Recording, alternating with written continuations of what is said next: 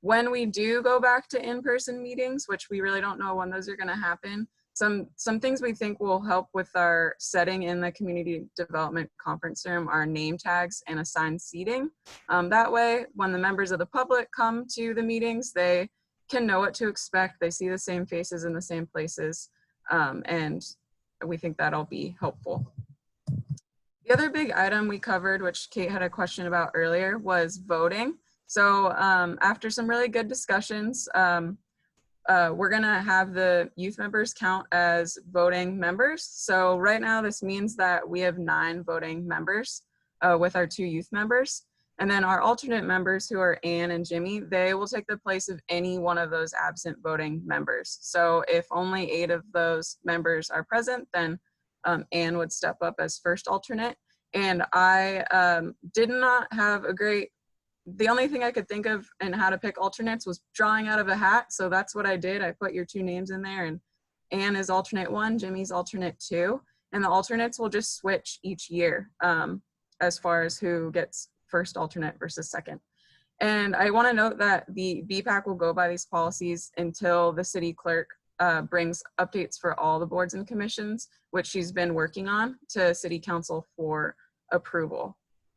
So like I said, just 2 quick slides. I'll let DJ open it up for public or for comment. Sure, yeah. One, before I do that, Lauren, I don't think these are in the meeting packet, so can you make sure that they get added to the city's website as a supplement for this meeting whenever we're done? Yeah. And with that, I'll open it up for public comment.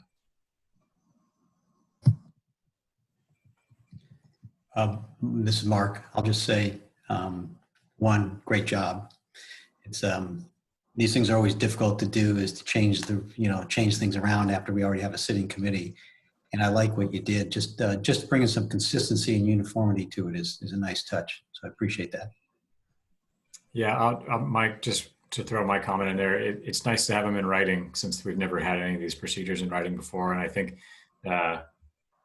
it should help make things easier moving forward, at least too. So. Okay, I need to work with Lindsay on that. I have a concern. I'm just wondering 2 things, actually. One, will there be more, how do I put it, more involvement of BPAC in other items of the bylaws and stuff and such? Like, will the committee itself actually vote on some things and like on other aspects included? And the other concern I have is what made you guys pick every year for the alternate members? I just personally find that to be a little bit much. I was expecting like every other meeting or something, but a year. And then the other question, I have one more, is you mentioned if one person is absent, that one of the alternate members will step in and take the place. But if 2 are absent, you didn't mention if the other alternate will hop in or not. If I could get some. Yeah, I apologize for not elaborating on that. So if one person is absent, so there's only 8 out of 9 regular members, Anne will step in as first alternate. If there's a second person absent, so there's 7 out of 9, then Jimmy would step in as the second alternate for that meeting. If there's more people absent, we don't have alternates, but that's the order.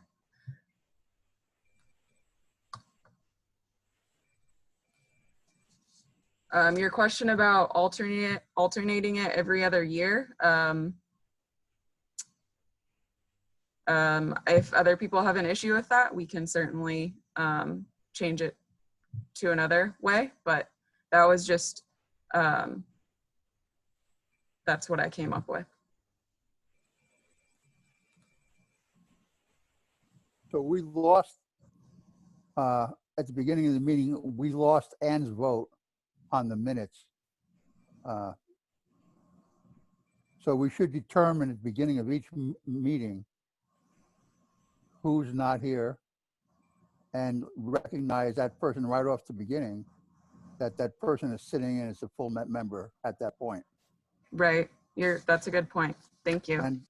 Just on another note, for procedure, it's been determined that city councils, board of supervisors, and our groups, we are allowed to respond to public comment for clarification. We just can't get into it as an agenda item and make any type of decisions on things. But we can definitely ask questions of the public for clarification, because we're trying to educate ourselves. And that was, I forget who wrote that, but that was something that was written in the IJ, I believe. And if you want, I could dig that out and put it before the group. Thank Please. you. To Tyler's point about bylaws, I think that we renew the bylaws every, I want to say 5 years. We've done it once since I was on the committee, and I'm not sure if there's a fixed interval for that, but, or no, maybe it wasn't every 5 years. We did it at the request of the city council. So the bylaws are not updated regularly, but they are updated, I believe, either if the committee wants to or if the council requests it. Does that sound right, Lindsay? Yeah, hi, thanks DJ, and hello all of our committee members. I just wanted to address Tyler member Nielsen's question with regard to the bylaws. So yeah, typically the BPAC has the bylaws have been brought to the city council for just updates every 5 years. However, we're going to be bringing all of the boards and commissions bylaws just to make sure, like it was mentioned a little bit earlier, to have more uniformity, to be more inclusive, to make it really consistent. So when our members of the community are participating in the BPAC or the CAC or Fire Commission at any one of our board and commission and all of our legislative bodies, that it's all the same format, the same style. So we're going to be updating the bylaws within the next year. Whether or not they'll be coming back to this body for review has not been determined yet. Ultimately, the city council is the deciding body as to whether or not adjustments will be made. And so we're not sure if we're going to be going through to every single board or commission to get feedback. There are some items that may not be able to receive feedback for, and then others, if there's a question that only the BPAC would be able to answer and would be the best body to answer that question and not the city council, then we would definitely bring that to the BPAC for feedback for when we do bring it to the city council for approval. Can I ask something? Mm-hmm. Okay. So is the committee itself going to go over our updated, quote unquote, and like the overall entire, like we just went over the update, but are we going to go over, as I presume at least, that you're going to add more updates and stuff, and will the BPAC be able to give feedback on their opinion of old bylaws and new ones and help change it as you guys go, or will we not get any input on if that makes sense? I don't. That does make sense. And I was trying to answer that, so maybe I wasn't clear. But I'm not sure yet whether or not we'll be bringing that to all of the legislative bodies before bringing that to the city council for feedback. It depends on what changes, if there's changes being made, or right now it's just a matter of formalizing the practices. So for example, with the question of the youth member voting or alternates, bringing these changes here to get feedback was important. If there's items like that, then I would imagine, yes, we would bring it back to the BPAC for review. But if we're just talking about how we're going to be setting the meetings on an annual basis, how board members are appointed, that won't be brought back to BPAC, because ultimately that will be a decision of the city council. So it'll depend on the type of things will be coming up in the bylaws. That said, I would like to point out that when it gets ready to go to the city council, what we will be doing is sending a copy of the staff report to all of our board and commission members. And at that point, everyone is welcome to attend the city council meeting and provide public comments on an agenda item at any time. So that would be an appropriate time as well if it doesn't end up coming back and there is something that you feel like you wanted to give feedback for. Can I ask some clarification on the alternate? I understand the way it's set up. However, with a youth member isn't there, that now that they're full member, does an alternate take a voting place for that youth member?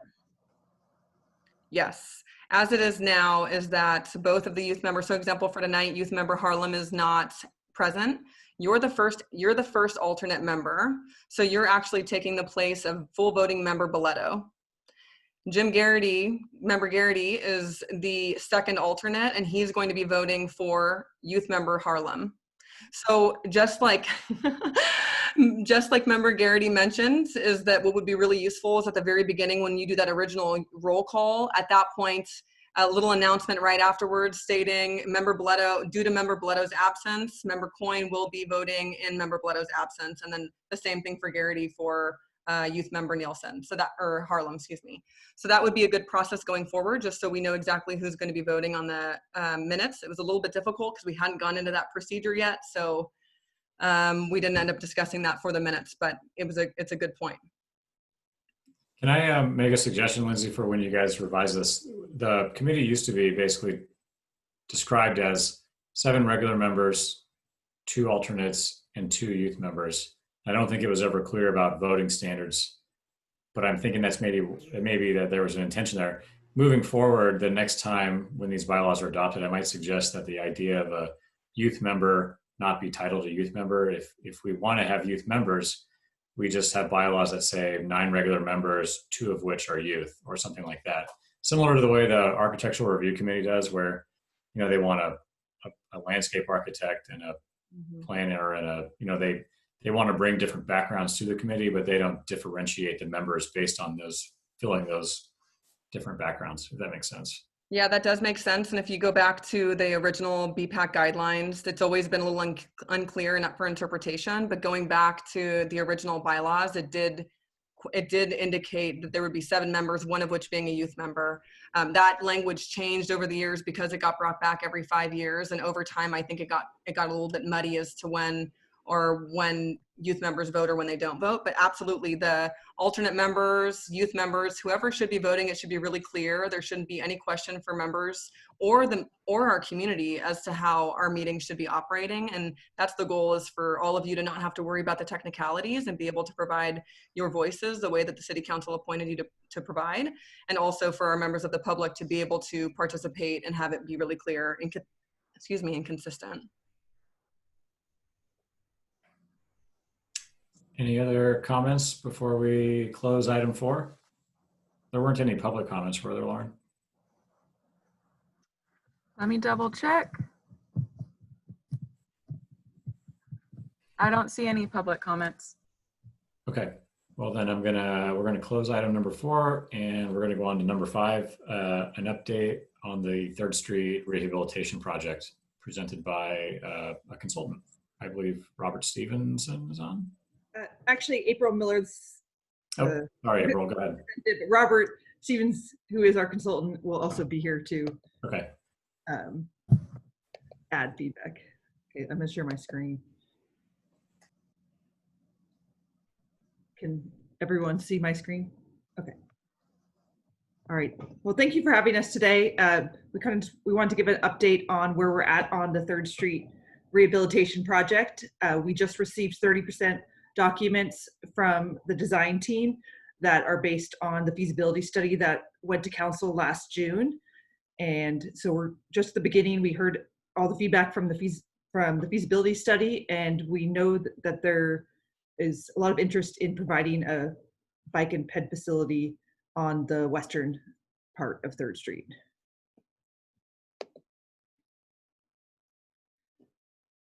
So that location is between our study area for a bike facility is between West Street and Miramar.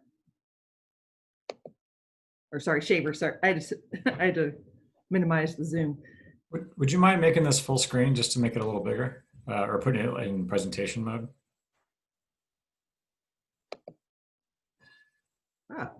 Okay. Yeah, so our study area is between West Street and Shaver Street. And as you can see, we have a few existing photos down here showing the existing pedestrian facility along here. Based on the bike and ped master plan that the city has adopted, in this zone, there is a multi-use path that is listed as proposed through this area. A few of the options that were shown in the feasibility study we were showing a striped two-way bike facility in the roadway, and then a multi-use pathway that was along the hillside. And there was options with and without parking. This will get bigger when we show you what the 30% document is.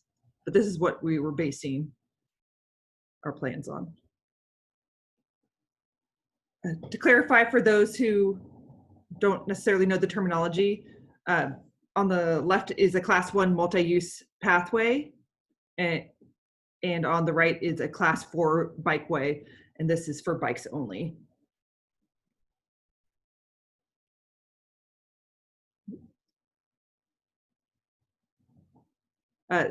And the project, the 3rd Street project, is the bike facility is ending at West Street because the city is going to explore funding to potentially do a future project at the 4th Street intersection to rework what is going on in that location.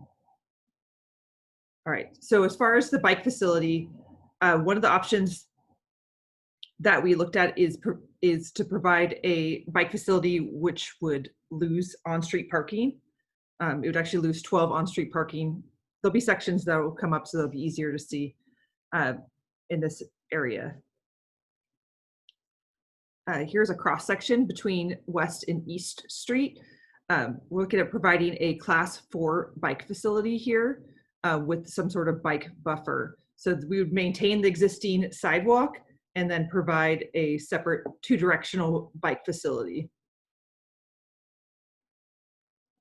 And then as you move to the east, between East Street and actually Miramar, the road narrows there against the hillside, and so the path would switch to a multi-use path. So the sidewalk, the previous sidewalk, would be widened to allow for bikes and peds in this zone.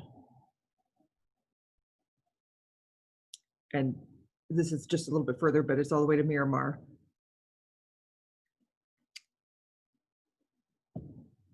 And then another option that provides, in order to maintain parking or attempt to maintain parking, we could only keep 4 parking stalls. And in this option, we would reduce the median island that is out there today, which would eliminate any of the landscape or planted median that exists on this section. And then this is just showing a cross section through here. So the median would vary in width, but we would lose the majority of the landscaping in this area. And we would only gain back 4 parking stalls in this zone. Here are a couple of the options that could be within the against the class 4 bike facility. The option on the right with the green bollards is what we are installing on the Francisco West multi-use path project. And then we could also do it combined with some of the bumpers that are on the left.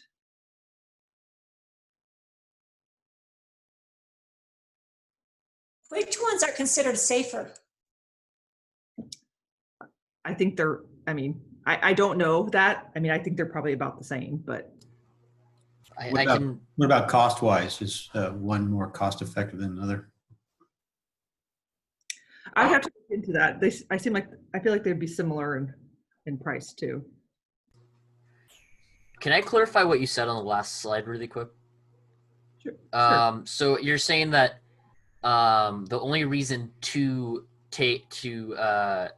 shrink the median is in order to add those 4 parking stalls, and if you didn't add the 4 parking stalls, you keep the median the same. Is that correct? Yes. Okay.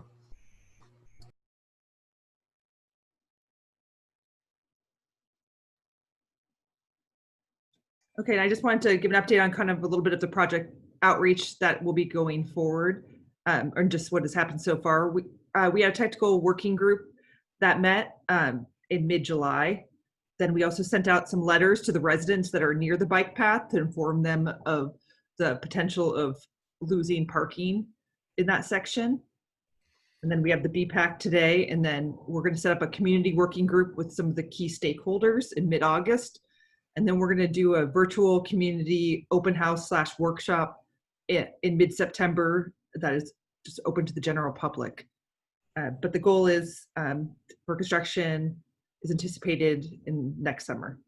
Have you received any response to the letters to the residents? Would you like to respond, Lauren? Since Yeah, I can answer that. So we sent out letters to the residents along 2nd Street. I'll call it the pinch point. And those would be people possibly affected by a parking loss. I received feedback from, of the 50 letters we sent, maybe 4 folks. I had some people who were in support of the project. One lady was indifferent, and then another person who didn't like the idea of losing parking. So pretty mixed, but I also don't have a very big survey. I didn't get very much feedback. But they're informed. I gave them the information on to the project website, so they have all that information. So were they given a deadline to respond? I guess I didn't put a deadline in the letter, but that's a good point. But I heard back from people shortly after I wrote the letter. So I imagine I'd hear back from people who feel most strongly pretty after sending a letter. Yeah. Do you have a sense of, is the parking in this area primarily used by residents, or is it primarily used by business owners? And did the business owners in this area get the letter too? My sense is it's primarily used by residents. And we did some surveys, and it looks like the number of parking spaces we'd be displacing would be able to be accommodating within the neighborhood right there.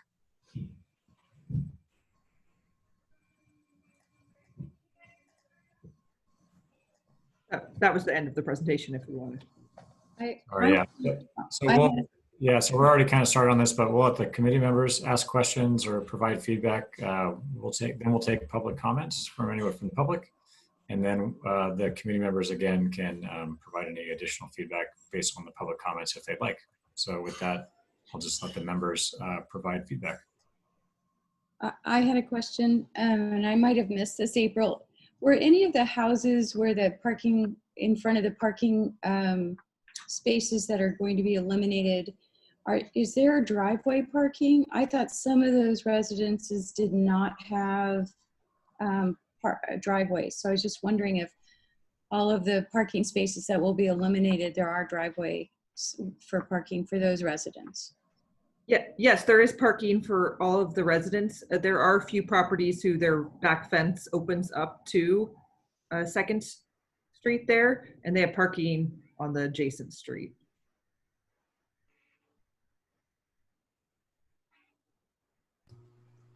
I want to comment on the median thing. I believe, in my opinion, I believe that for only 4 parking stalls, removing all the greenery on that inside and all the, correct me if I'm wrong, but there are trees and stuff on that are fairly well grown. They're not small trees. And I believe that the work in order to take that away and the loss of not only looks but environmentally from that, I think in order for just 4 parking spaces just doesn't, I don't know how to word it correctly, but if you know what I mean.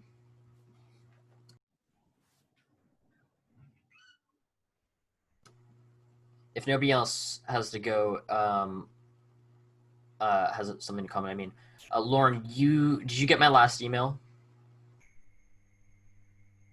Like I sent right before the meeting started? I got the one about the Cross Marin study.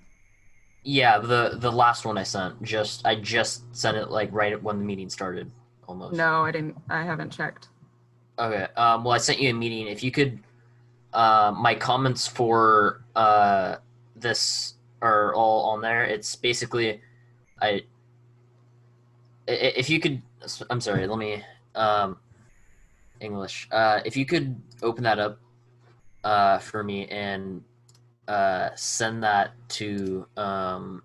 around for me. So is there something from that document that you want to share with the committee? I think that would be the best. Yeah. Okay. Well, the attached on the the email that English. I didn't get any attachments on your latest email. Not on the latest, but what I'm saying in my latest one is that I'm changing from I'm rewording what the other one. I'm saying that the last email I sent you was the one before that. Those are my comments. And Tyler, the attachment on. Tyler, would you be on able to read your comments from the email to the committee? I don't think it's. I would like the committee to be able to see the document. So because it this has is a photos. public meeting, we need the comments to be out so that anyone from the public who's watching the meeting also gets the comments. We can't like pass the comments around in the background without the public being able to see them. So if you want to read a comment, we can all hear it, and then the public can also hear what your comment is to the rest of the committee. And then if you want to send something around afterwards, we can do that. It just needs to also be posted. The links need to be posted to the same website. Okay. We can also come back to you if there's anyone else who wanted to provide comment first. Yeah, does anybody else want to? We can give you a minute to kind of get your thoughts together. I guess I have some questions for staff. I'm kind of curious about, losing street parking if you're a resident is obviously tough. I'm kind of curious how the city plans to evaluate these two options between median landscaping and retaining some of the parking for the residents that live in the area. So I guess I'm kind of curious like how the city intends to weigh those two options together. I also didn't fully get it clarified, but I guess the facility is different. So there's an option where we lose greenery, but we have a separated bike facility and a separated sidewalk. Is there an option where we maybe narrow the MUP or something and regain more right-of-way space to kind of balance all these a little better? Yeah, so the area where we're losing parking, well, I don't have my screen share anymore. So in that location, Sorry, I took it off. Do you want to share again, April? Sure, I can do it.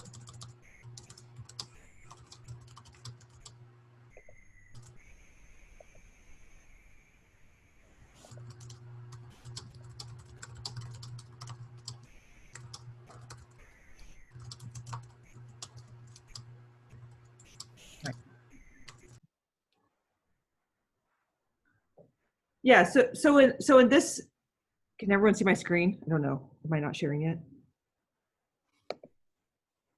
Here.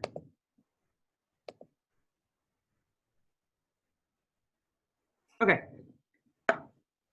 So in this location that we're talking about, there either if there's parking or if there's not parking, there is a separate class 4 two-way bike facility, and then we're going to maintain the existing sidewalk through here. One of the reasons that we're going with this option versus trying to figure out a multi-use option here, there's a lot of existing trees through here. There's also joint utility poles that are in this area. In order to kind of combine these, it'd be very expensive. Plus, it would reduce trees, and we'd have to try to find a way to relocate those joint poles. And then we found enough space within the road right away to provide this facility here by removing parking. April, could I please make a comment regarding this issue? Yes. Good evening, Commission. Thank you for having me tonight. The one other consideration in addition to what April was mentioning was that there's a series of driveways serving residential homes in this location. Now, a lot of the driveways are very short, so vehicles as they back in and out, back over the sidewalk in this location. So we feel that getting the bicycle facility away from the homes and away from the driveways improves the sightline for cyclists and motorists and actually improves safety along this.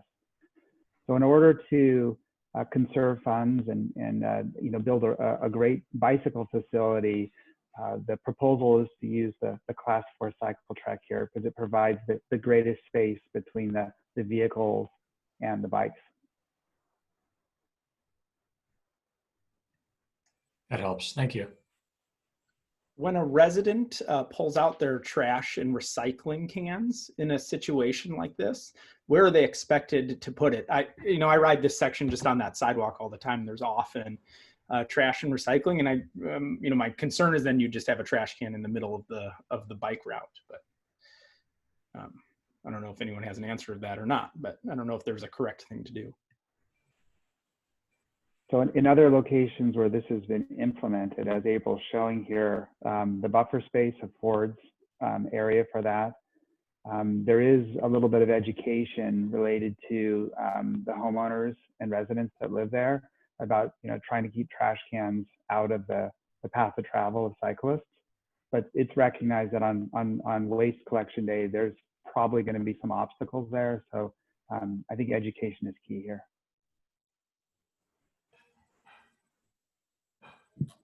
I have one other quick question. So on the segment where the class 4 bikeway would be, that just wanted to confirm that the sidewalk will remain in that location from West to East Street. Is that correct, April or Robert? Yes, that is correct. Okay. The pedestrian path sidewalk will remain.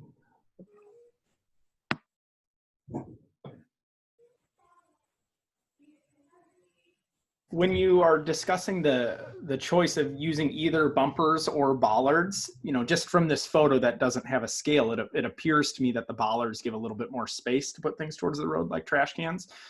Is that the case, or always the case, or maybe the case, or it can be whatever you want? No, the space there is going to be set regardless of which type we use. These are just the photos that we happen to find on that showed these two different types. But the width that we have there is going to be set based on the real estate that we have on the road. Just my, based on not much other than a gut feeling instinct, it seems to me like the bollards would be a safer approach, because it seems to me like they're more visible to a motorist.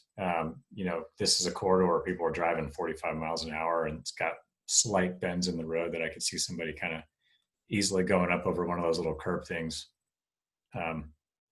That's just feedback I've got.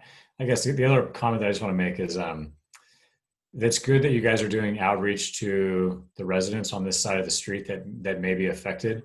I do think that you guys should make sure that your outreach in this area is pretty solid, and maybe send the mailer out more than once, or do some door knocking for some of the residents possibly. I guess you can't really do door knocking right now necessarily, but I can see how people might look at this from two perspectives. I mean, if they really rely on the parking, they might find this to be a pretty impactful project for their property. They might also look at it and say, I'd like to have kind of a renewed streetscape in front of my house. This is going to be nice. It's going to buffer my house more from the vehicle traffic. And, I'm tired of, John Doe parking his camper trailer in front of my house anyway. This is great.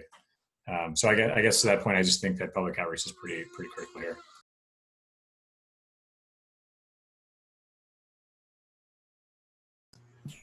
If nobody, oh, go ahead. Sorry, Tyler. I just had one more question. Is there any streetscaping benefit? It doesn't look like from the plan that there would be streetscaping as part of this to benefit the residents, but I'm just wondering if there's anything from a resident's standpoint that mitigates the loss of the feeling that they're losing parking. What do they gain by it, and whether or not there's something that can be communicated to them about this is the trade-off.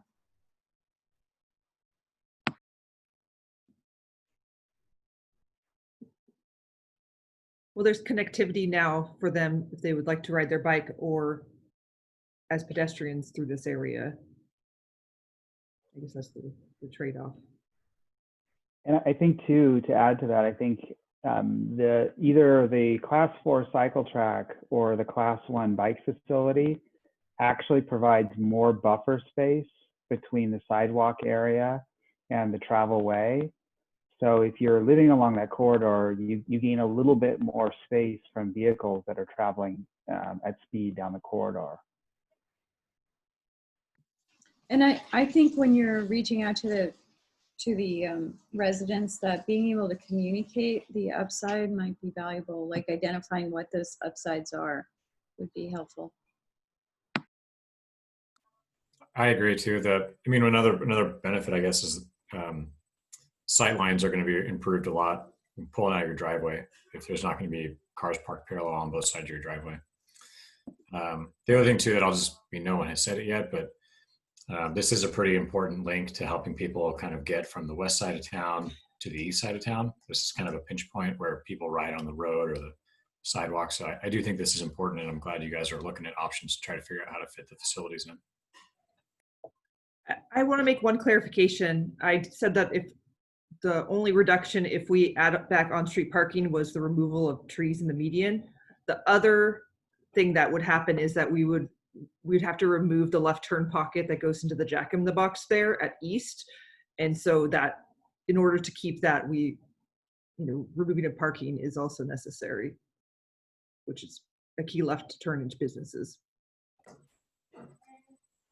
I'm also curious, just in looking at the two alternatives, do they both result in the same type of bike facility? Are they both the same width? Yes. You mentioned that these facilities are ending at West Street because of this future 4th Street intersection that's coming in. Assuming there's some gap in time before that 4th Street project goes, it'll still be an issue getting from West Street to Marquardt, that next one down. Is there a short-term fix that you can do for that final block to get you all the way along the bikeway, or is it just going to throw you onto the sidewalk until that is all figured out? It'll be on the sidewalk right now, based on the slip lane for vehicles there. It'd be difficult to try to add something in there without modifying and kind of redoing the traffic signal that's there at 4th Street. We went through several options to try to figure that out. And is there any idea of timing? So if this is going to be summer 2021, this project, is there timing for when that 4th Street intersection is? Are we going to wait 1 year with that missing gap, or multi-years with that missing gap? It's dependent on funding. We had a rough estimate in the feasibility study. We're hoping, that we're applying for grants. We're hoping we get more money that way, or, if we have leftover money from the grants we already have on this project. It's definitely a priority for the city, and we want to see it happen. But it's just one of those, you have to draw the limits and kind of see where you're at once you get the design going. And if we have money, we would add it in. So I can't give you a time frame at this. I guess when we get further into the design, if we come back to the BPAC on where we're at, then we would have a better idea. I do think it would be important to have some sort of plan for that block. There's also a lot of light posts and things in that block right before you hit Marquardt and things too. So there would just be, we'll have an absolutely beautiful bike facility that runs into a 1 block pinch point. So it'd be, just when you present it to the public, it would be nice to have a complete picture of some sort, or even at least a plan for like, hey, we know there's this 1 block and it's on our radar and we're going to do something about it. Even just like striping with sharrows or something, or those green bars or something like that, Are there any other comments from community members? Yes. Yeah, I was just talking about the buffers, and obviously the space is the most important part, but I guess whenever I've seen those plastic bollards used, I've always seen like tire marks on them. So I think having the width makes a big difference, and maybe that won't happen, but the way the image showing the more curb-like thing, maybe something like that could be enhanced with some kind of visibility. I think having some kind of vertical thing in there probably would help keep cars more in line. So if there's some kind of visual enhancement, I think that might be a good addition to that. The other thing I was wondering about was the section between G and Miramar. I know we're focusing on the south side of the street. That's really the most important for here, but I'm just noticing that's the westbound, the outside travel lane is over 17 feet wide and the sidewalk's only 4.5. And so it's just a really narrow sidewalk, and there's a lot of excess room in the lane, and maybe it has to do with the way the segments line up. I don't know why it is that way, but just wanted to mention that. Just to add to the point, could you put the bollard and the concrete, so you'd have a concrete bollard? Could you alternate? Yeah, yes, they can be combined. These were just a couple of the options that we were looking for. And right now, the cross section we have there is 3 feet. To comment to what Barry said, I think that we're using some of that extra lane width to get away from the hillside on the south side. So we're gonna end up using, those lanes won't be 17 feet. We're gonna use that, push everything up and use that extra space to get into to get the multi-use path on the south side of the street. Multi-use path class 4. Is that right, April? Yeah, and I think actually where that section was cut, it's a little misleading because there's actually parking on that side of the road in front of those businesses. And that's where the parking is removed and we move over to G Street. So it's kind of like a weird zone where we're in the process of like eliminating parking and getting back to the regular, 11 or 12-foot lanes. So it's misleading, I guess, on that section.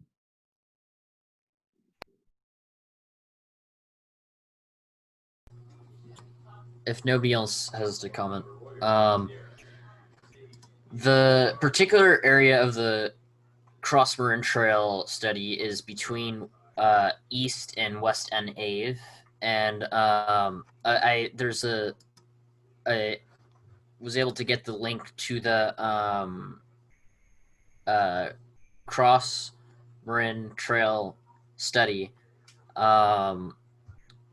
and I wanted to share that with you guys because it has a lot of good comparisons, and I thought it would be a good thing to compare that and this plan and see how they match up, since they I'm sorry, English is I don't know exactly how to explain this, if that makes sense, but I hope what I'm trying to say comes across, that the committee itself, along with the public and you, should look at the Cross Marin Trail on the section money identified. I'm sorry, I give up on English. No. I think I know what you're talking about. I think Tyler's talking about the Cross Marin Trail study. It was a study done in 2010 by Santa Fe, San Anselmo, and Fairfax to try to bring better bike connections. Yeah, and it goes through this, and so if they're doing development on it, like to compare the two and see how that study matches up. Sure, and we actually looked at that study too when the last Bike and Ped advisory or the Bike and Ped master plan update was prepared. So there are portions of that plan that were incorporated into the master plan, and I think the city uses that master plan as sort of the guiding plan in looking at how to implement this project, or at least in how to incorporate Bike and Ped facilities into the project. Yeah, and I do have the pages, the specific pages to look at too. It's 102 to 109 of the what do you call it? The actual PDF thing. Yeah, and thank you. Any other public comments, or I'm sorry, committee comments before we go to public comment? I just want to add, so Tyler, I got your email, and then I'll figure out how to send the Cross Marin study out to everyone. Thank you. I really appreciate that. Let you know your comment has been heard, and we'll definitely share that. And yes, just so you're aware, we have looked at this document also, and I looked at it during the feasibility study, and we've looked at it since, and kind of we're assessing what we are suggesting is based on a topographic survey in the actual real estate that we have there. So it's more defined than a concept planning dimensions. So that's kind of what we've come up with, what we have. So we have reviewed that document too. Okay, good. Thank you. Lauren, will you ask for, or I guess I'll ask if, for anyone from the public who'd like to make a comment about this particular item on the agenda, please raise your hand in Zoom, or I think it's *9. And Lauren, if you want to go ahead and start opening it up, you can. Don't forget you're on mute. Okay, I hope these go in order. Apologies if not. Jana Zanetto, go ahead. Hello. I wanted to comment on the bollards versus the bumpers for one thing. I'm a 70-year-old cyclist. I've been cycling for 40 years. I've taken women friends out to start cycling again. And I've had a couple of friends who've hit a bumper before because they just aren't looking down and they're trying to look all over and they're just not as visible. I've also found like something like all of a sudden in the road, something fell in the road from like cars. And it's just easier to get around a bollard than it is to get around a bumper because they're not so, you know, they're not as wide. And if you hit them, you don't fall over so much. So if there was, being that they're equal financially speaking and everything, I would certainly like to say that they seem more visible. And for new riders, they're much easier to see because new riders are looking all over the place because they don't. Well, anyway, that's one thing I wanted to say. Looking at the parking, I had not taken into consideration the residential parking issues, but looking at the business parking, it certainly seemed that on the north side of 3rd Street in that little triangle between 3rd and 4th, that there's an awful lot of parking for businesses. So I'm kind of in favor of taking the parking out, but especially if there aren't too many residents that weighed in on strongly wanting to defend the current parking, that's the current parking. Thank you very much. Thank you. Lauren, who's next? Jean Severinghouse. Go ahead, Jean. Did I hit unmute? You're Okay. good. So this is great. Thank you very much. It's really exciting to see this moving forward as high priority. I think anybody who bikes gets it. This is a really high priority. Getting east and west, and as soon as possible is great. And I wanted to mention that in Point Richmond, on the approaches to the Richmond Sanderfeld Bridge path, they've put in the green and white bollards, and in between them there are what are called little alligators, and they're kind of rounded, and well, they sort of look like a little bit of an armadillo, and they put them in slightly at an angle, and it very much discourages cars from driving over the bollards, and they're small enough not to be nasty to hit by bike. They fit right in the same alignment with the green and white bollards. So I would strongly recommend everybody goes over and takes a look in Point Richmond at the bike route. It's up Garrard and over on Ohio if you want to drive over and look at it. But both together is way more safe. And that's a really fast stretch of road there. I would be really uncomfortable to just have one or the other. I would highly recommend both. Then again, we could get really expensive and put in another zipper barrier like they have on the bridge. Okay, thanks. Thanks, Jean. Dave Rhodes. Hey, everybody. Thanks so much for taking this agenda item. First off, I'm a resident of the West End, and I'm super excited about this project.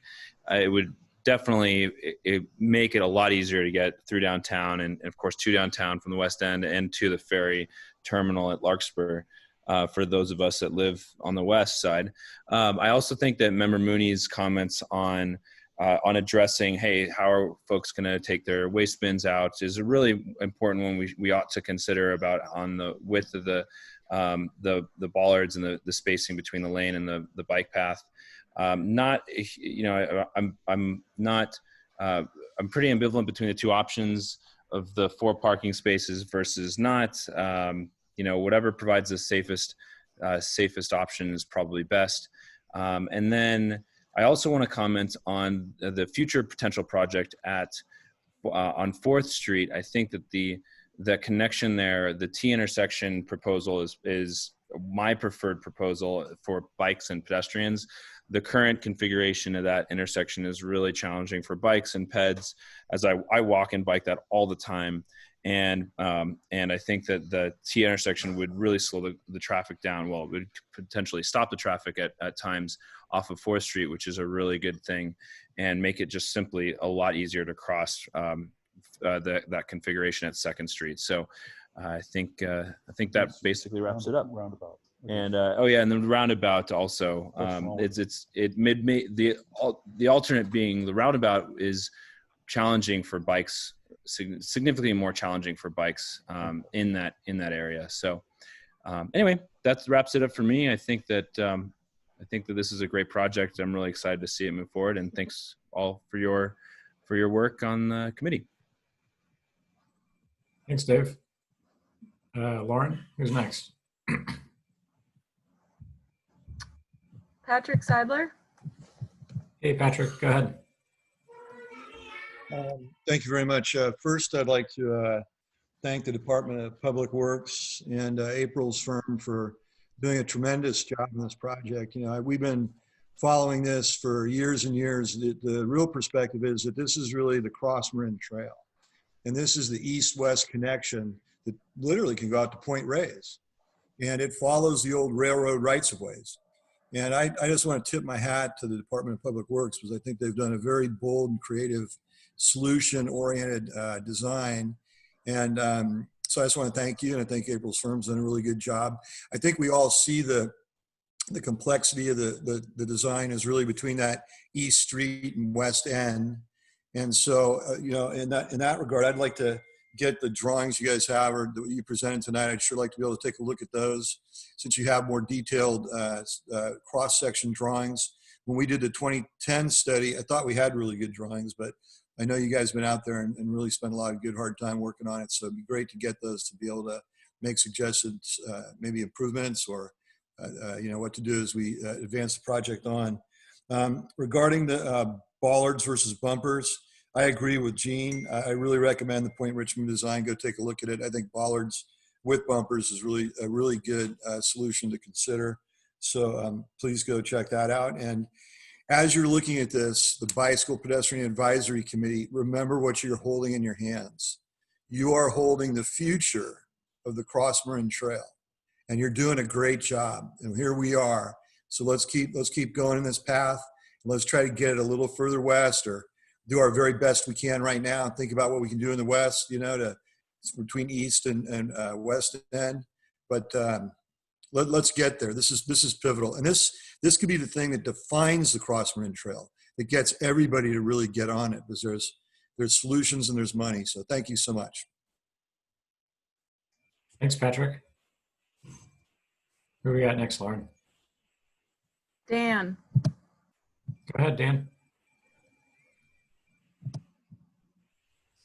Oh. Unmuted now. There you go. We can hear you. Oh, thank you. 3 quick questions. In the design, are there any storm drain grates along those gutters? And if so, those need to be placed so that tires don't get stuck riding through there. One question. Another question. Does the city own like a narrow street sweeper vehicle that would fit inside this area, this 6-8 foot wide area, if there's broken glass or other items in the pathway? And then finally, the outreach letters. I'm wondering, are these letters going to the legal property owners, or are they also going to renters and occupants of the residential buildings? You don't want to get some late hit from people that say, I didn't get a notice someplace. My question. Lauren or April, would you guys be able to respond to some of those questions?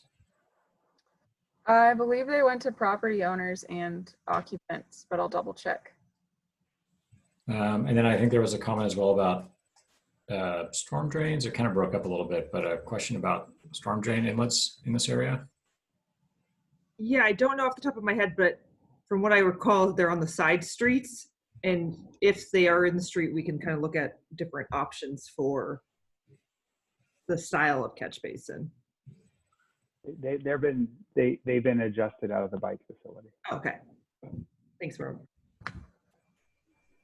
And then I think there also was a question about street sweeping abilities. Does the city even own a street sweeper? I've never seen one. We own a street sweeper, but we don't own a mini one. Cal does. Maybe we can talk to them and borrow theirs.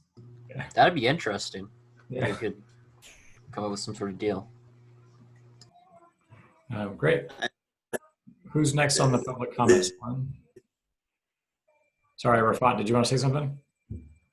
Good evening. I think about the street sweeping, this is going to be the second facility that we will have a narrow, long stretch of bicycle facility. So we will figure out the street sweeping either by contract or investing in purchasing a smaller street sweeping. But it is essential for bicycle facilities to be cleaned, and especially when they're on the curbside like this. And we will figure out the street sweeping. Thank you. Thanks for thought. Okay, one more comment, and that's Bjorn Griepenberg. Go ahead, Bjorn. Great, thanks again for having me. This is, like Patrick said, this is such a crucial project, and I'm sure you all know this is the only place between Fairfax and Santa Fe where people don't have a side street on which to ride. So it is amazing that this is moving forward. We're really grateful to the city for pursuing this, and also just want to commend staff and consultants for doing such a great job maximizing the available right-of-way. Just a few points here. I would echo Gene and others' comments that you probably want some combination of both sturdy and visible barriers. Like others have said, those plastic bollards can be a bit of a maintenance issue, but it's nice that they are more visible to drivers. I'd echo Member Mooney's comments, hoping that the city can figure out some sort of interim connection to cover the final 300 feet from West Street over to West End Avenue to that crosswalk where the bikeway continues on towards San Rafael and Greenfield, or sorry, San Anselmo and Greenfield. And then lastly, was just hoping for some clarification on the remaining process as the city works to finalize the design. When will people have more opportunities to provide input, and when will a final decision on design be made? Thanks a lot. Thanks, Bjorn. April, do you have any comments about the sort of process for how the project's going to move forward on timing? Yeah, so I mentioned in my outreach slide earlier in my presentation that the plan is to go to the general public in mid-September. And after we do that, the consultant team, Robert's team, is going to put together the 65% documents. And so we'll kind of take all the feedback from that and kind of put together what the city and the consultant team think will be the project. And then we'll probably come back and do some sort of outreach to share what we have decided or what we think would be the best option. And then our plan is to be at 100% by early January so that we can bid the project and start construction as soon as possible. Great, thank you.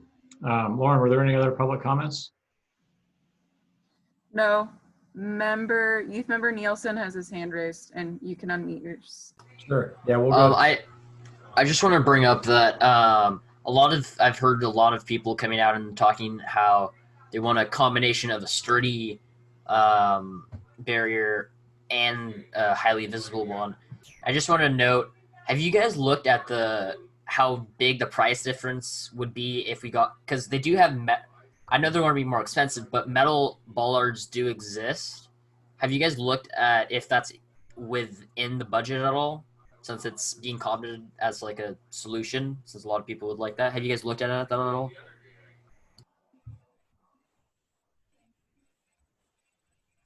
Yeah, so I guess to answer your question, I think that the bollards actually, the vehicles need to be able to hit them. If it's a metal bollard that's stuck in the ground, then there's potential to have a lot of, I guess, I think it's an accident item. And I guess I don't know if it's in the MUTCD that it actually needs to be a flexible bollard within this zone, or like the curbs, they need to be mountable in case of. I see what you mean. Yeah, I would have to double check the rules on that. I feel like they need to be flexible, but I'm not positive. So the project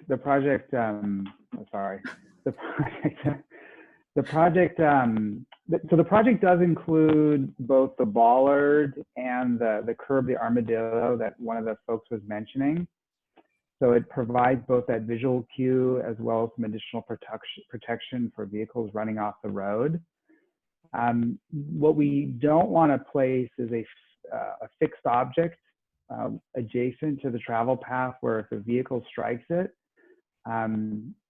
either the occupants of the vehicle or potentially debris that comes off whatever's hit causes injuries to cyclists or pedestrians that might be walking past. So what goes in that zone has to be a very careful balance of something that provides a visual cue for protection as well as doesn't cause more harm than it's intended. So we're trying to balance those two goals with what's being proposed as part of the project.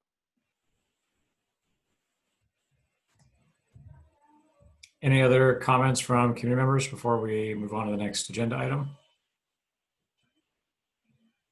All right. We're going to move on then from item 5 to item 6, city project updates. Who's going to be doing that, Lauren? So that will be myself and April. We're not going to go quite in order of the agenda. That's okay. April's going to present first on Francisco East sidewalk widening, the Francisco West multi-use path from 2nd to Rice, and 3rd and Hetherton. And then we'll take questions on those items, and then so she can get going, and then I'll present on the remaining items. So I'll share my screen.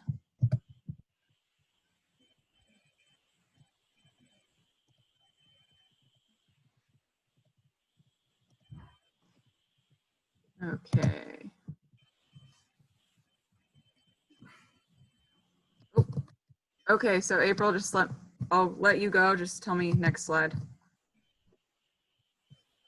Okay, yeah, so just an update on the Francisco East Sidewalk project. Construction started a couple weeks ago. Currently, we have the demolition has begun between Harbor and Vivian. And so that we have temporary pedestrian access along there. There's actually concrete barriers up to protect the pedestrians from the vehicle way. Construction is anticipated to go through April 2021. So it's going to be a long process, but it has started, and we are, in case anybody is unfamiliar of what we're doing, the plan is to widen the sidewalk through there to match what the existing widened sidewalk is to the south there between Vivian and Bellum. And then also it's going to connect to the Grand Avenue Bridge, which was recently installed by the city. And just we're also the project is also coordinated with the sewer district. They have a main replacement that's going in. So currently for the next couple the next probably month and a half or two, there'll be what appears to be more demolition that has occurred because the sewer district is going to be putting in their line while the sidewalk contractor will be working on a different section installing the sidewalk through there. This is the temporary facility of a photo that I took earlier this week. Okay, so the next project that actually starts construction tomorrow is the Francisco Boulevard West multi-use path phase 2. This project goes from 2nd Street to just past, to Rice Drive that connects to the phase 1 bike facility there. We're actually going to be installing a class 4 cycle track that's 2-directional through here. And then by doing that, we're actually placing that in one of the travel lanes. So Francisco Boulevard West will be also converted to one-way between 2nd Street and Rice Drive permanently. And as part of the construction, the first order of work is to convert the road to one-way. So starting tomorrow, it will be one way. And what that means is that since it's going to be one-way southbound, I have posted this to the city website so that we have it up there. But just so you're aware, bicycles will only be able to go southbound also during construction, and therefore there is going to be signage and a reroute. So bikes and peds will have to be rerouted to Lincoln during construction. Construction is going to, like I said, start tomorrow, and it's going to go into November, and then bike facility will be available. Once, depending on what the phases are of construction, we might be able to open a portion of the sidewalk, or you know, the bike path, but right now we are saying that it's going to be closed until November, the road. So it's going to be a little bit different for bikes because right now the bikes ride in the road using sharrows. So we're going to have a lot of signage at where that multi-use path ends to tell people that if they're going to downtown, they're going to have to take Lincoln. The third Heatherton project is substantially complete. The sidewalks the ramps are in, the crosswalks are striped. There's just a few more small things that the city needs to do. And that involved relocating the crosswalk there. So it's no longer on the south side of this intersection. Now pedestrians are routed over to the north side. And then just so everyone knows, once school is actually back in session and kids are able to go to school, we are going to work with the school district on informing pedestrians that they need to stay on the north side until they get to the transit center and on Heatherton, and then they can cross over in order to get onto the buses.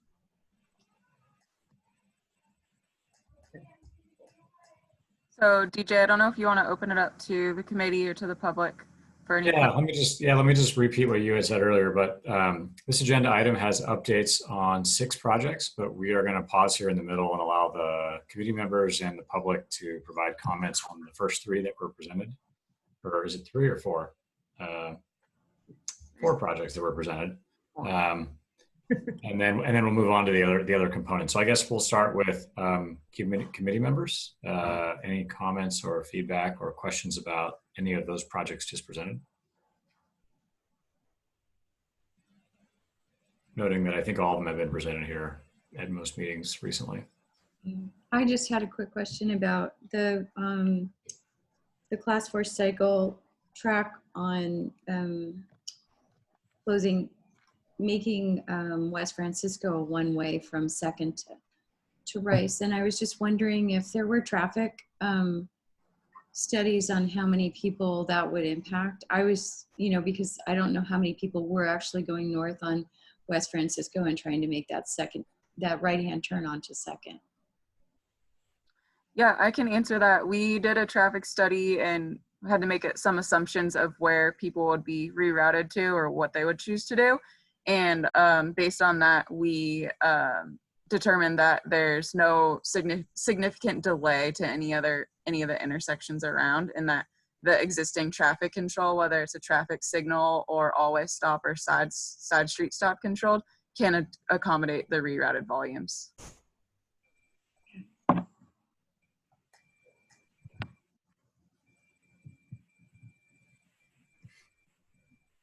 If there's no other committee comments, I'm going to suggest we go to any public comments. Okay. Anyone from the public who wants to provide a comment on these 3 projects can raise their hand in Zoom, or I believe press *9 on your phone. So Dave Rhodes. Hey again. Thanks so much. I guess my one question is that I had a hard time finding out on the website for Francisco East was what is the current width of the sidewalk, and what's the project actually making it at the end of the day? Then I guess I have otherwise than just the other projects, the final Francisco multi-use pass, super stoked. So thanks everybody for getting that project going and getting it completed. That's about it for me. April or Rafat, I don't know if you guys, it looks like April's feverishly looking through her massive plan set to figure out the sidewalk width. So we'll give her a second to get that answer for you on the sidewalk width. I'll note that if you drive out there now, when you cross Medway, you'll notice that the sidewalk is significantly different. It's new, it's got trees, it's bigger.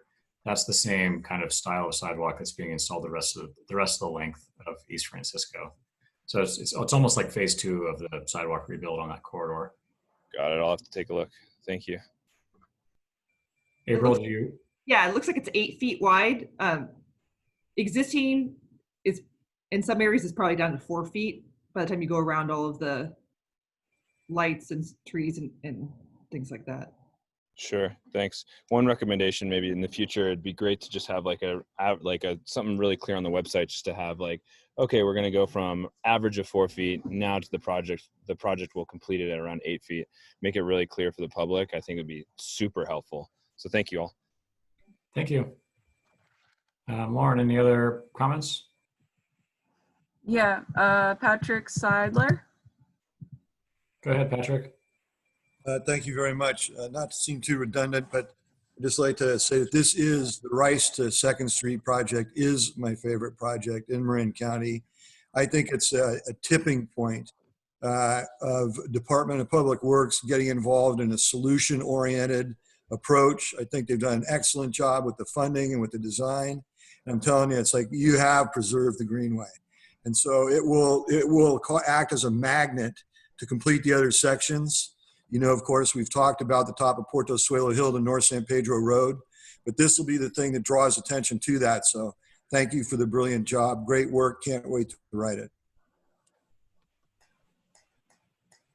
Thanks, Patrick. Anyone else, Lauren?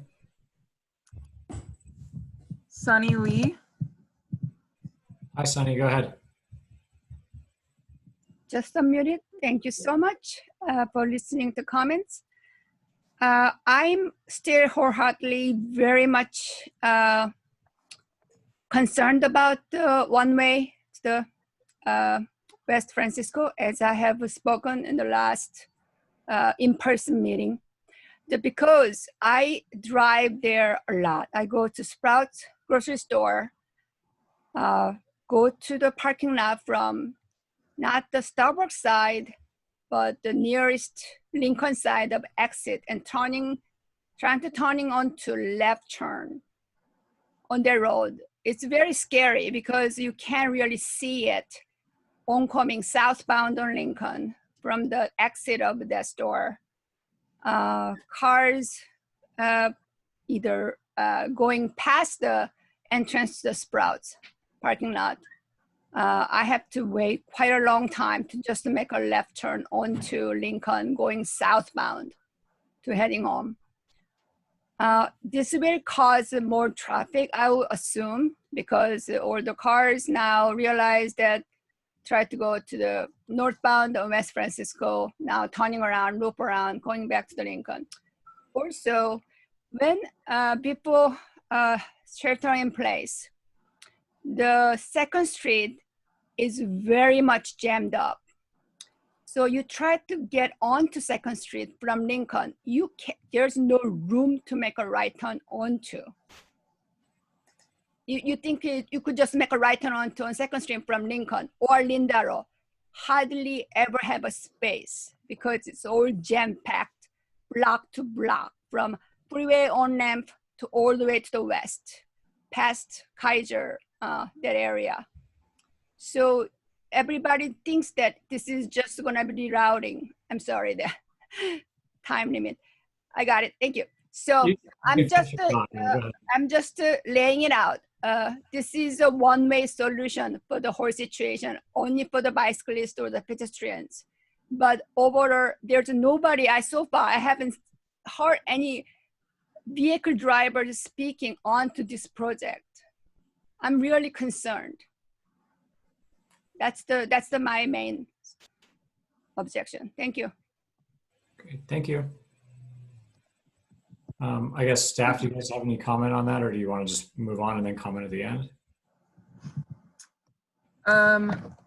I can comment. If there's concern with sightlines leaving a driveway, I can follow up with Sunny after this meeting. We'll figure out a way to connect. As far as, I'm not sure what the other concerns were. The northbound rights onto 2nd? Yeah, from Nodaro to Lincoln. They do get very backed up, which is something that I'm familiar with, having dropped my kids off at the preschool over there a lot. At the same time, I think, correct me if I'm wrong, but I think part of the reason for the project was because there was cars blocking the intersection at West Francisco and 2nd, kind of contributing to the backup. But anyway, I would say it sounded like Sunny had, I don't know if she's still listening, but it sounds like you had more comments than you were able to give in the 2 minutes. So I would definitely encourage you to write those comments down and mail them to city staff if you have more that you wanted to comment that you weren't able to get in 2 minutes. Lauren, are there any other public comments? There's one more that's from Jean. Yeah, hi. When I come, these are both great projects. Thank you very much, first of all. Second of all, when I come down from the new pathway, if I turn left on Rice and I come to Dubois, this problem may disappear as everybody gets more used to it, but I've had cars coming super fast out of the south on Dubois going north, and I'm stopped at Rice and I don't see them in time. And it's pretty scary, and I've had to make some diversionary movements a couple of times, and I did it in my car, and I also had that problem. So I'm wondering if you've considered traffic calming the intersection of Rice and Dubois. In fact, maybe you need to traffic calm Lincoln. You're gonna have to see, I guess, what happens with all the new traffic patterns. But even under the pandemic, that's been a pretty scary intersection, Rice and Dubois. So I'd appreciate your looking at it. Thank you. I believe they just increased the speed limit there. They increased it? Yes, they just increased it. I thought the new ruling is you no longer have to do the 85% rule. That's a new NACDO thing, no? I'm not sure what the new rule is, but I remember seeing it on the agenda that it was going to be increased. Well, anyway, I'd appreciate your looking at it. Thank you. Thank you, Jane. Are there any more public comments, Lauren? That's it for public comment. Okay, well, we'll close the public comment. Do community members have any other comments that they want to bring forward about these projects or the public comments before we go on to the rest of the staff presentation on the remaining projects? I have a small concern just to keep an eye on, and talking about the same issue that Sunny was talking about. If you're on Lincoln Avenue and you're leaving the Sprouts parking lot, you're right adjacent to the path, that BioMarin path that's right along the creek there. And there's a crosswalk where cars sometimes go fast, and that could be an additional reason to consider putting some sort of flashing beacon there for the bikes if we're routing more traffic on Lincoln.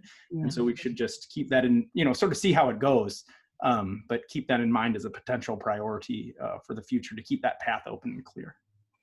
The Mahone Creek path, yeah. Mahone Creek, that's right. That's right. Great. Any other comments? All right. Thanks, April. I guess you get to go then, huh? Lauren, are you gonna go talk through the rest of the projects on the list here? Yeah, I just want to make a note on time. So we have project updates to get through, and then we have another item. So everyone's mindful of time. We only have 25 minutes left. Okay. I don't know how long the item number 7 is, but if we could try to get to it in 10 minutes, let's make that a goal by 7:45. Get to the last item. Okay, I'll get through my updates quickly. Thanks. Oh, I need to share my screen. That would help.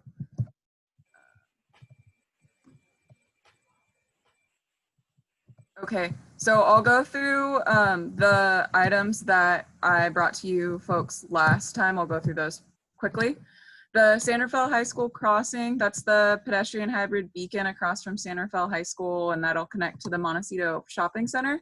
That is moving forward. We finished the design, it went out to bid, and City Council is awarding the construction contract at the August 17th council meeting, and work will begin in September. So that's moving forward. I went over more of this in detail last time, so that's all I'll do for that one. Crosswalk improvements, those are always ongoing, but just an update on safe pathways. So 5th and River Oaks was completed with the 5th Avenue and Public Safety Center resurfacing. So that's done. We didn't add an RFB because it was going to be right in front of someone's front window, and it just wasn't going to work. But high visibility striping, curb ramps, and all that good stuff, and advanced warning signs. Mission and Park and Mission and Alice, I went over the design for that. The Knight and Ashwood crosswalk, after some feedback from dealing with the resident right at the crosswalk, as well as reaching out to Kevin, who's the HOA president out there, it was determined that maybe we should focus our efforts and enhance crosswalks and use the safe pathways money elsewhere. So we reached out to TAM, the funding authority for this project, and asked, hey, would it be okay if we do a swap? Terra Linda High School is doing some frontage improvements, and they're asking us to do the improvements beyond their frontage, and so we're going to ask that we put the money towards that. And there's an uncontrolled crosswalk on that segment. And then for East San Rafael, we are working through the design of these crossings with a different consultant than the Safe Pathways. So they're moving on slightly different timelines. But the canal crossings, which is through a Lifeline grant, they're moving along, working through the details with those. The East San Rafael one, which is probably one of the more significant crossings in the area, and that's the one on Bellum at Vista Del Mar that connects to the Cardenas Market. We had a design for that, and we were actually suggesting reducing right now there's 2 westbound lanes on Bellum heading towards 580. And so we had said, oh, it'll, improve pedestrian safety if we reduce that down to 1 lane. We had a Zoom community meeting, and the community really didn't like that. They really feel like the 2 lanes is important. So we're going to keep the 2 lanes, but there will be bulb outs, better lighting, a flashing beacon. So lots of other improvements going on. The timeline, I have a bit of an update from last meeting. I think that they'll all go to construction together in 2021. There's a cost savings if we can group these projects together. And so the design for the canal crosswalks is a little bit behind. And so that's what we're looking at for timeline. C&D streets went to 2-way today as of lunchtime. It was a busy morning, but we got it done. So this was a result of the Public Safety Center, which is right across from City Hall. Emergency Services had asked that we make C&D streets one-way traffic in each direction, and so they can easily access their emergencies or get there as quick as possible. And some of the outreach we did, we notified folks a while ago, and then I know April updated everyone on Nextdoor maybe a week and a half ago, and then we posted signs at each of the corners telling pedestrians, hey, there's going to be traffic coming from a way you're not expecting. And so we wanted to let them know. There were some people surprised as usual, but we had enforcement police officers out today, just reminding people of the change. Francisco Boulevard East bike connection. Jean's right, I do have an update on this. So for those of you not familiar with this area, this is the south end of San Rafael, and to the bottom right is the Richmond-San Rafael Bridge. And then connecting to that is Francisco Boulevard East. And as you move northwest up Francisco Boulevard East, as a biker, you could get through this little hole in the fence to get to the flyover, which they're now building a really nice zipper barrier. If you haven't been out there, things are happening. It's exciting, and that's led by Caltrans, I think. So we're not the lead.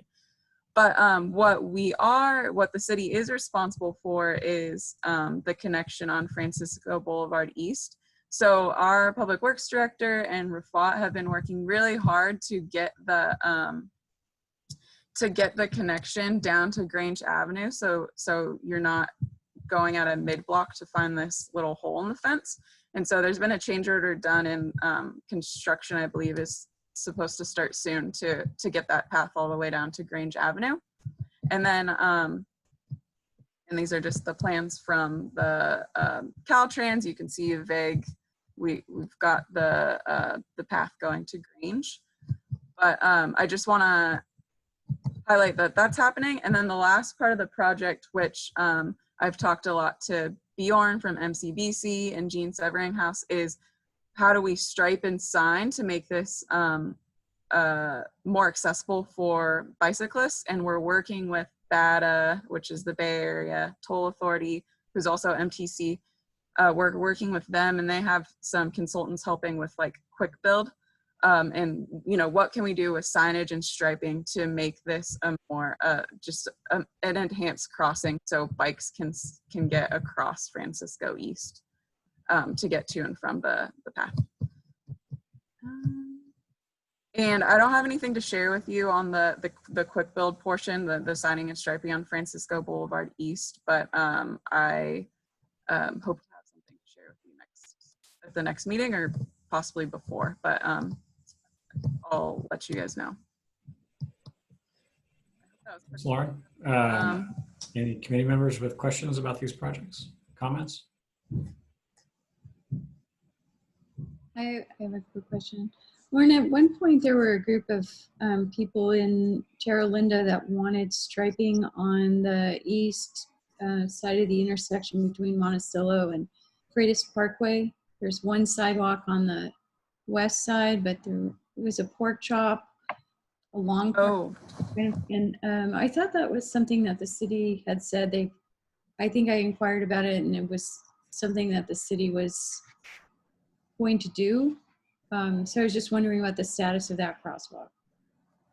So that was, so that neighborhood was requesting essentially a parklet to close off that free right turn at Monticello and Freitas. That I don't have any update. We were supposed to get together with the community and the meeting didn't happen, and I honestly haven't followed up and I haven't heard from them either, but I can follow up with them. Okay, thanks.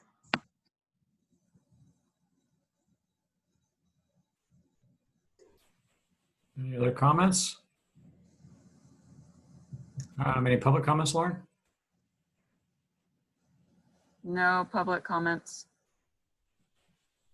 We'll give it a second here just to make sure there's not someone from the public frantically trying to raise their hand. I know, I realized I didn't need to give more time to that, so I apologize to the public.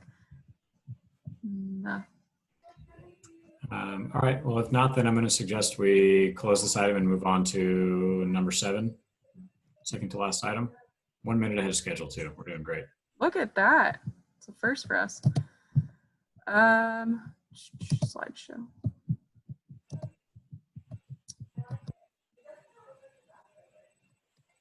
It is, okay. So down to the lights. We're going to shoot for 7 minutes on this one, and then, so that's your goal. Okay, I think it'll be really short.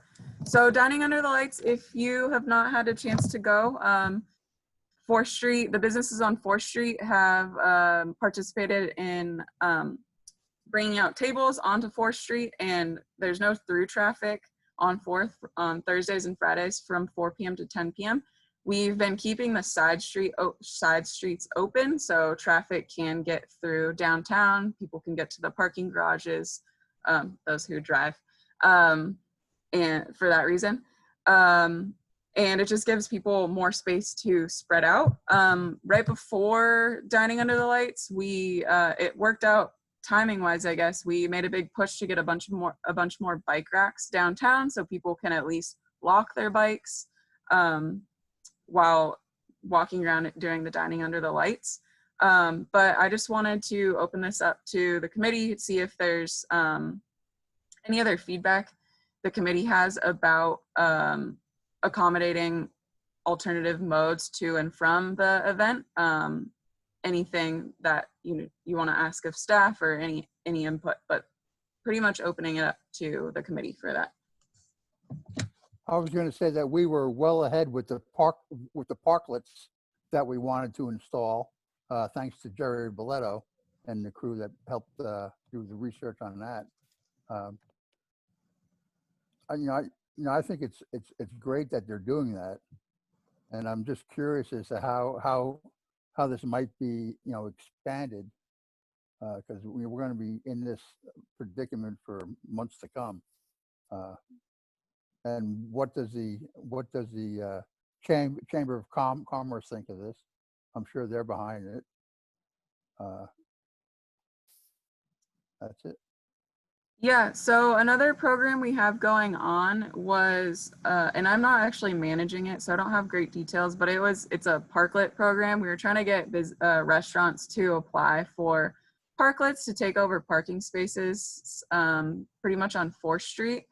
The concern from the businesses was the cost of getting all these extra materials to build this parklet and just the unknown. The city applied for a grant through TAM to purchase some of those materials that the restaurants were looking at purchasing to help out the restaurants, get them going on this parklet idea. So in the parklet, that would extend beyond the dining under the lights. Obviously, it would be, they build their parklet. Johnny's Donuts has one at the West End that they could use any day they want.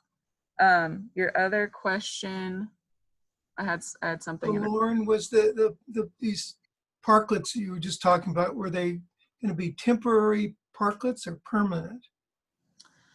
So they were going to be, I think the idea was they were going to be there to stay through the pandemic. And yeah, I don't know what we decided if we're gonna make a decision later, like, oh, we really like these parklets, let's keep them. There's a lot to balance downtown. You have parking services wants the revenue from their on-street spaces. Businesses want the on-street spaces in front of their business or next to their business. So we'll just have to assess later.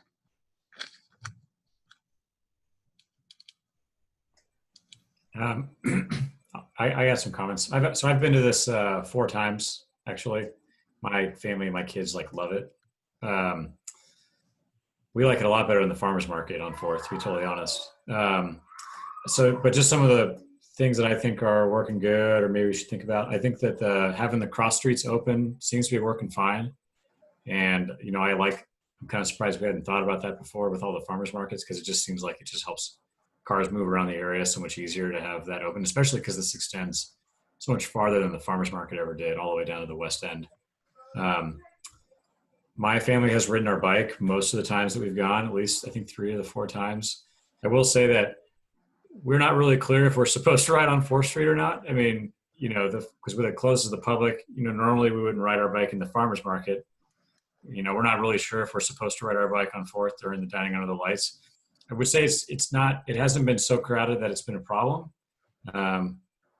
We tend to ride on 4th when we get there early and there's not a lot of people, and we tend to cut over to 5th if it gets too busy. But I do see it's kind of a mix of people. You get people riding really fast through there sometimes, and you get people like me going really slow with kids on a bike. So maybe thinking about whether or not bikes should be on 4th or not, and providing better direction would be helpful.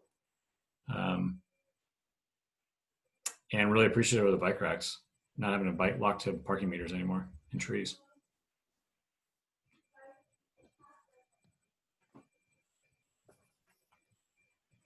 Anybody else? I have one more question. Have they been taking down more trees down on 4th Street? I don't know.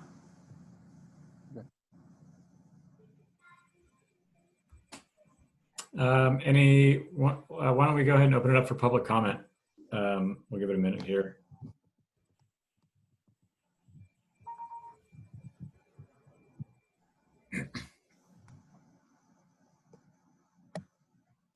No public comments? Close the public comment? I guess if there's not any other comments from committee members, we'll just wrap it up and go on to the last item. All right. And we're ahead of schedule again, you guys. Good job. We're going on to the last item, number 8, request for future agenda items. This is basically an opportunity for committee members to make any closing comments about items on the agenda or not on the agenda, or request for the committee to consider new items on future agendas. Next meeting would be first Wednesday in October. And go ahead, Jamie. I would like to learn more about the cost to put green down on our roads, and if we're doing any type of buy sharing with other towns and the county, and what methods we're going to use, if it's the plastic paint or if it's the glass, and just look at what type of competitive bids that we've got for for doing that. Because you know me, I'd just like to see more green down, so it gives cars a message that this section is for bikes. Thank you. Go ahead. TJ, I have something. I just wanted to kind of circle back to the concern that Craig had that there should be some projects in the 94903 area of San Rafael that we should be looking at right now. The guy that was hit on his bike by the train, there's that jog as you're coming down the hill and then trying to get over to the pathway along the rail right away. And with the Northgate Mall area being a PDA, that being accepted as a PDA, I think getting ahead of projects that have been identified in the bike ped master plan would be a good idea of looking at projects there now. And then the second thing I wanted to say is I did do a webinar on walk audits. I think one thing that this group is really good at, we have some amazing bicycle advocacy groups in Marin and folks that do that. I think that the weakness of our group is pedestrian issues. I think that similar to safe routes to schools, there could be safe routes for seniors downtown and how to get to shopping and services that they might use. I also think that just looking at some of the areas either that are going to be part of the precise plan with the downtown area or the Northgate or the canal area from a pedestrian's perspective as well. Because the bicycle priorities are not always the best, are not always meeting the needs of pedestrians. So to the extent that we could maybe focus on some pedestrian opportunities for improvements, infrastructure improvements, I think that might be a future agenda item as well.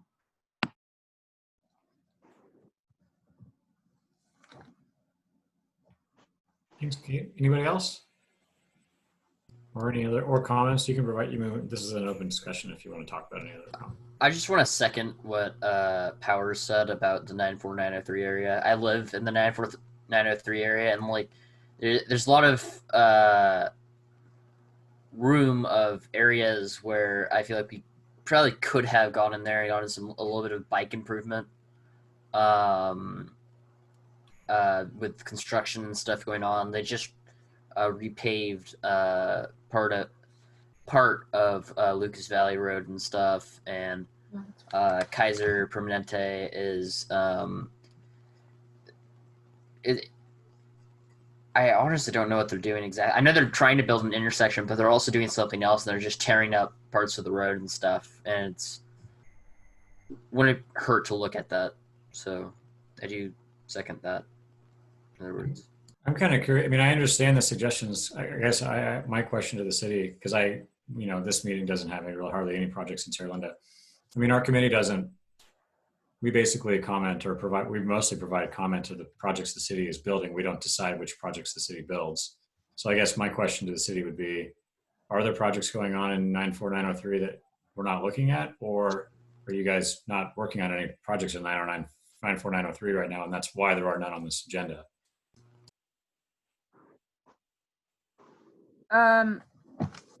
So our projects, we do look at the bike and ped master plan. I would say when you look at all the projects we're doing, we're taking care of a lot of the high priority projects for those areas. And yeah, I have not been working on the Smith Ranch Road project that is getting resurfaced. So I apologize for that. We do have work, and yeah, I guess it does feel a little bit heavy towards the south end, but I also think that those are some of our highest priority projects, gap closures, and maybe next year it'll be all, we'll take care of South San Rafael this year. Maybe next year it'll be more North San Rafael. So that's just why it's working out right the way it is right now. I don't know if Rafat has anything else. And I just want to say, it wasn't a criticism of the Department of Public Works. I think you guys are doing an amazing job. I just wanted to circle back to those comments. No, and I agree. And I think what Craig had said last time stuck with me, but I'm like, oh, the things that I'm dealing with every day are more towards the south end of the city, fortunately or unfortunately. So that's where those updates came from.